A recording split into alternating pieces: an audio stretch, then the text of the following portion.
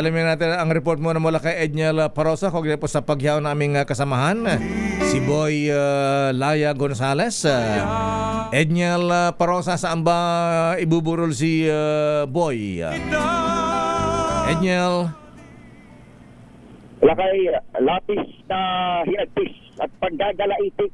Itong sabay na nararamdaman ng pamilya na itong veteranong radio reporter na si Misael Boy Gonzales sa DZRH. Makaraan siyang pagpasapasahan ng mga ospital sa Maynila bago tuluyang yumao dahil sa stroke. Sa makabilang buhay, ang 67 anyos na Manila Beat reporter alas 6:11 ng umaga dito sa Manila Medical Center. Pangapat ng ospital na pinagdalan sa kanya. Grabe. Matapos siya nagklamo ang hilo at hirap sa paghinga kahapon pa ng umaga. Kwento sa DZRH na pamangkin ni Gonzales si Ma'am Floreline Mariano kasama ng pasyente sa buong huling araw nitong pagpapalipat-lipat ng paggamutan. Tila napabayaan daw ang kanilang mahal sa buhay. Una umanong nakaramdam ng sama ng pakiramdam si Gonzales pasado alas 10 na umaga kahapon. Nakasya dinala sa ospital ng Tondo bago magtanghali. Inilipat siya kalaunan sa Justice Jose Abad Santos dahil sa kailangan daw ng CT scan.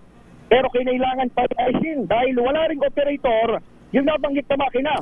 Mula sa dalawang ospital na ino-operate ng lokal na pamahalaan ng Maynila, dinala si Gonzales sa Jose R. Reyes Memorial Medical Center bandang alas 7:30 na ng gabi kung saan siya nakaranas ng sinasabi ng pamilya kapabayaan. Sinasabing DOH Hospital natenggan ng 5 oras ng pasyente sa hallway. Hindi man lang nabigyan ng tama o higaan. Hindi makausap, hindi makarinig. At tanging doktor na lamang ang nagpapataas daw ng kanyang kamay. Panggagalaitin ng pamilya. Sa halip na tulungan ng mga nasa emergency situation, nakarinig pa raw sila ng mga insensitive na pahayag mula sa pamunuan o ilang tauhan ng pagamutan. Pakinggan natin si Ma'am Floreline Mariano.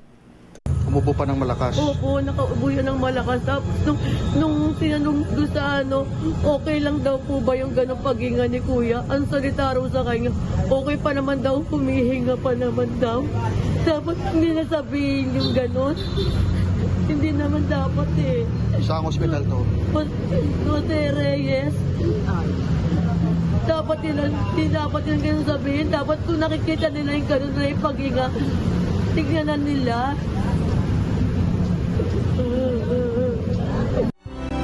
Umubo pa ng malakas. Sa sitwasyon ng pasyente, pamilya na rin lakay ang nagdesisyon kalaunan na dalhin si Gonzales sa pribadong ospital dito nga sa Manila Medical Center.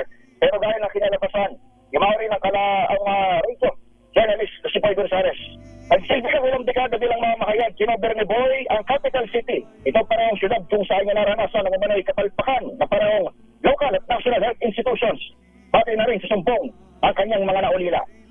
Sa ngayon ay inasikaso yung burol ng ating mahal na RH29 Boy Gonzales at magkakaroon pa siguro ng ilang pag-uusap at arrangements bago i-announce ng pamilya yung kanyang magiging yung dalaw para doon sa kanyang mga mahal sa buhay. Pero sa ngayon, nandito lang yung ilang mga mamahayag, mga tropa at kasamahan ni Boy Gonzales sa pagko-cover ng Manila Beat. At nag-boost na rin ng pakikiramay at suporta ilan sa kanyang listeners at followers sa social media. Wala rito sa lungsod ng Maynila. Ako si Edniel Parosa, DZRH. Una sa Pilipinas, una sa Pilipino.